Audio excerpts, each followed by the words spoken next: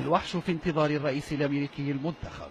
فمع تنصيب دونالد ترامب رئيسا للولايات المتحدة ستكون بانتظاره سيارة الرئاسة الجديدة المصممة من قبل جنرال موتور والتي تحمل لقب الوحش. السيارة يبلغ وزنها 8 أطنان، تحمل مزايا جديدة وفريدة، وهو ما رفع تكلفتها إلى $1.5 مليون. السيارة عبارة عن ثكنة عسكرية متنقلة، فهي مصفحة مثل المدرعات والدبابات، فيها بنادق حربية، قاذفان للغاز المسيل للدموع إذا ما تجمهر غاضبون حولها، كما أن أسفل هيكلها مصفح بحاجز معدني يقيها من أي انفجار مفاجئ تحتها، وتسير على إطارات طراز كيفلر مضادة للرصاص والقذائف، ونوافذها من زجاج سميك مضاد للرصاص لا تفتح باستثناء نافذة سائقها.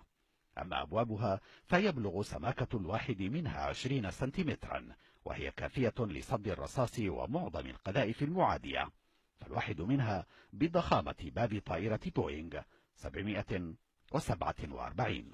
أما خزان الوقود فهو مصفح أيضا، ويحتوي على نوع معين من الرغوة التي تمنع انفجاره حتى لو تم استهدافه مباشرة.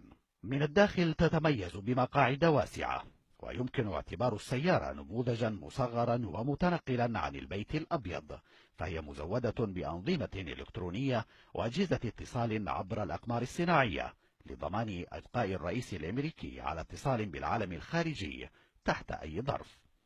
تحتوي على بنك دم خاص من فئة دم الرئيس ترامب للاستخدام في حالة التعرض لإصابات، عندها يتحول سائقها المدرب على الإسعافات الأولية إلى ممرض يقوم بالمطلوب السريع انتظارا للنجدة الأكبر.